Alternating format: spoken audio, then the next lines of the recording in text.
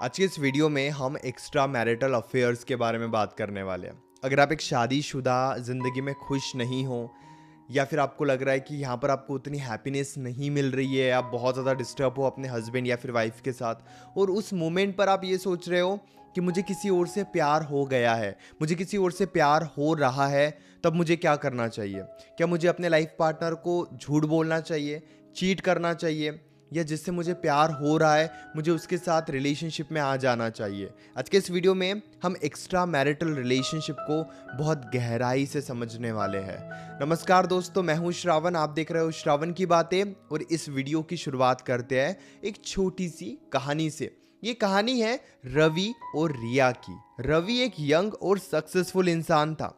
एक दिन उसके ऑफिस में उसकी मुलाकात होती है रिया से, जो उसकी सीनियर थी और शादीशुदा थी।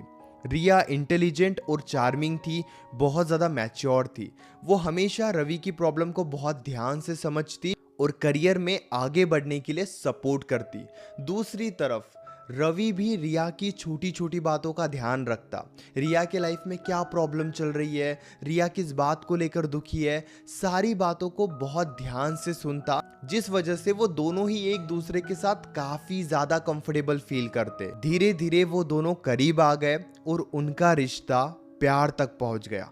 शुरू में सब कुछ अच्छा था, लेकिन जल्दी ही रवि को कॉम्प्लिकेशंस का सामना करना पड़ा। रिया अपने फैमिली और रवि के बीच कंफ्यूज थी। रिया कभी कभी अपने फैमिली को बहुत ज़्यादा इंपॉर्टेंस देती और कभी कभी रवि को बहुत ज़्यादा इंपॉर्टेंस देती। अब जब ये महसूस होने लगा रवि को कि रिया का ध्यान उसकी फैमिली के ऊपर भी है, रिया अपने हस्बैंड से भी प्यार करती है, तो रवि को बहुत ज़्यादा प्रॉब्लम होने लगी।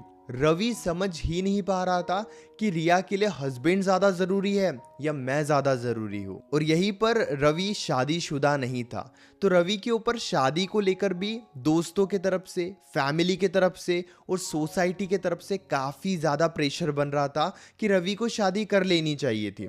लेकिन यहाँ पर अभी भी रवि रिया को लेकर ही कंफ्यूज था, क्योंकि वो रिया से प्यार करता था। इस सिचुएशन को अगर आप ध्यान से समझोगे तो इस मोमेंट पर रवि भी बहुत ज़्यादा खुश नहीं था और रिया भी बहुत ज़्यादा खुश नहीं थी।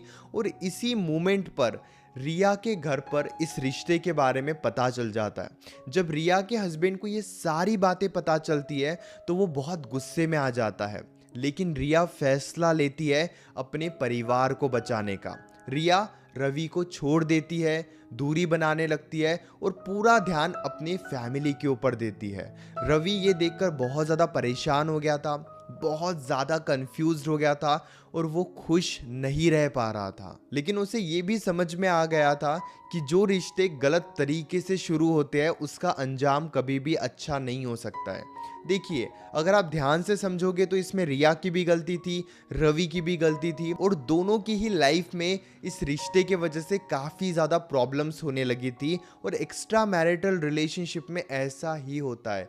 एक्स्ट्रा मैरिटल रिलेशनशिप का अंजाम कभी भी अच्छा नहीं हो सकता, कभी भी वो रिश्ता एक अच्छे नोट पर ख़त्म नहीं हो सकता है।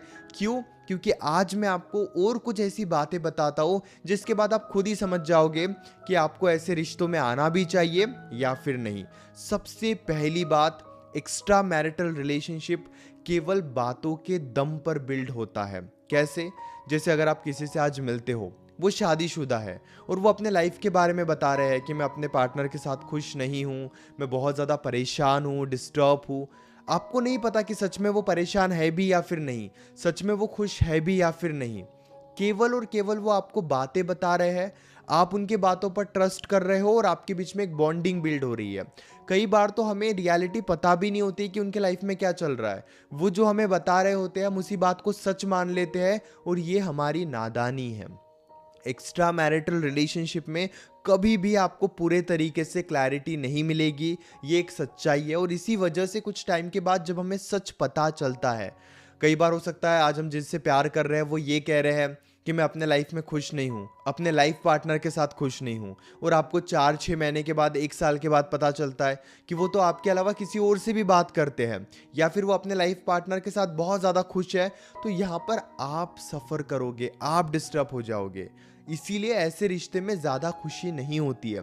दूसरी बात, जब तक आपको अटेंशन मिलता है उस इंसान की तरफ से तब तक आप खुश रहते हो, और जैसे ही वो इंसान अपनी प्रायोरिटी को चेंज करता है, आज उसके लिए आप ज़रूरी हो सकता है कल को वो किसी और से बातचीत करने लग जाए, किसी और को टाइम देने लग जाए, तब आपको बहुत ज़्यादा प्रॉब्लम होगी।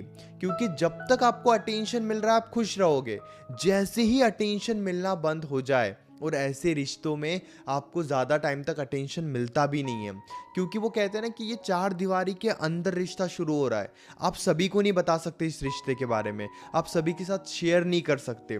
तो जिस दिन आप डिस्टर्ब रहोगे, जिस दिन आप दुखी रहोगे, जिस दिन आप परेशान रहोगे, उस दिन भी आपको अकेले ही सफ़र करना होगा।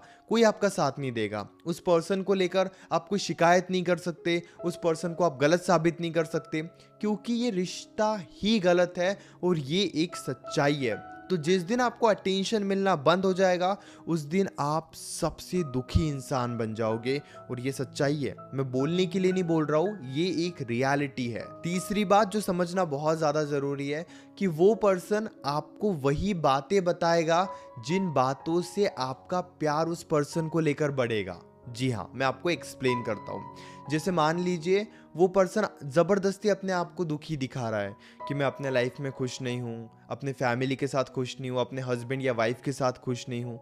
वो जानबूझकर ऐसी बातें करेगा। क्यों? क्योंकि उसे पता है अगर वो ऐसी बातें करेगा तो आप और ज़्यादा केयर करोगे, आप उन्हें और ज़्यादा प्यार दोगे। तो वो वही बातें करते हैं जिससे वो आपका प्यार जीत पाते हैं, वो आपका दिल जीत पाते हैं। और कई बार वो इतना झूठ बोलते हैं और उनका झूठ भी हमें सच लगने लगता है।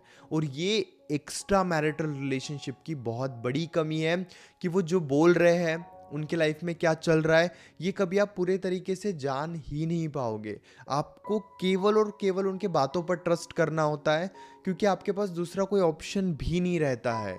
ऐसे रिश्ते बहुत लंबे समय तक भी नहीं चलते हैं। कुछ टाइम के बाद एक दूसरे की सच्चाई सामने आती है, या वो पर्सन आपके अलावा किसी और से बातचीत करना शुरू कर देता है, या फिर आपको अटेंशन कम देने लगता है।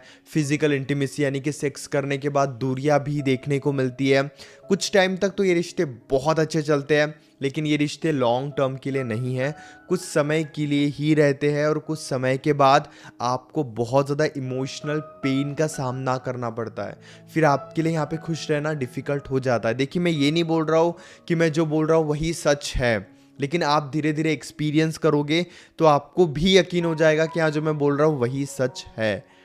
क्योंकि यहाँ पर आप अगर ये कह रहे हो ना कि नहीं, मैं जिससे प्यार कर रही हूँ या जिससे प्यार कर रहा हूँ वो इंसान बहुत अलग है, बहुत अच्छा है, तो ये केवल और केवल आपकी नादानी है, ये आपकी नासमझी है, और ये आपकी मैच्योरिटी है। आपको कुछ टाइम के बाद खुद ही समझ में आ जाएगा कि ऐसे रिश्ते में खुश रहना सच में बहुत ज़्यादा डिफ़िकल्ट होता है। देखिए, फैसला आपका है, आपकी चॉइस है कि आपको क्या करना है लाइफ में, लेकिन आप जो भी कर रहे हो सोच समझ कर करो, सही से फैसला लो। अपनी लिमिटेशंस को ब्रेक करने के पहले 100 बार सोचो, क्योंकि ऐसे रिश्ते हम खुश रहने के लिए चूज़ करते हैं, लेकिन कुछ टाइम के बाद हम बहुत ज़्यादा दुखी रहने लगते हैं।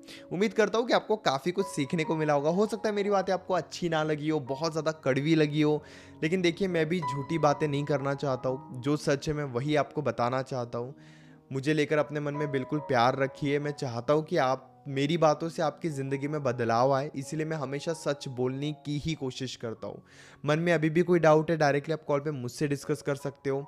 8010023897 इस नंबर पर मैसेज कर सकते हो, और हमारे बीच में कॉल पर जो भी बातें होंगी वो कम्प्लीटली सेफ और प्राइवेट रहेगी, इसलिए प्राइवेसी की भी कोई टेंशन मत लीजिए। और हाँ, चैनल को भी ज़रूर सब्सक्राइब कर लीजिए।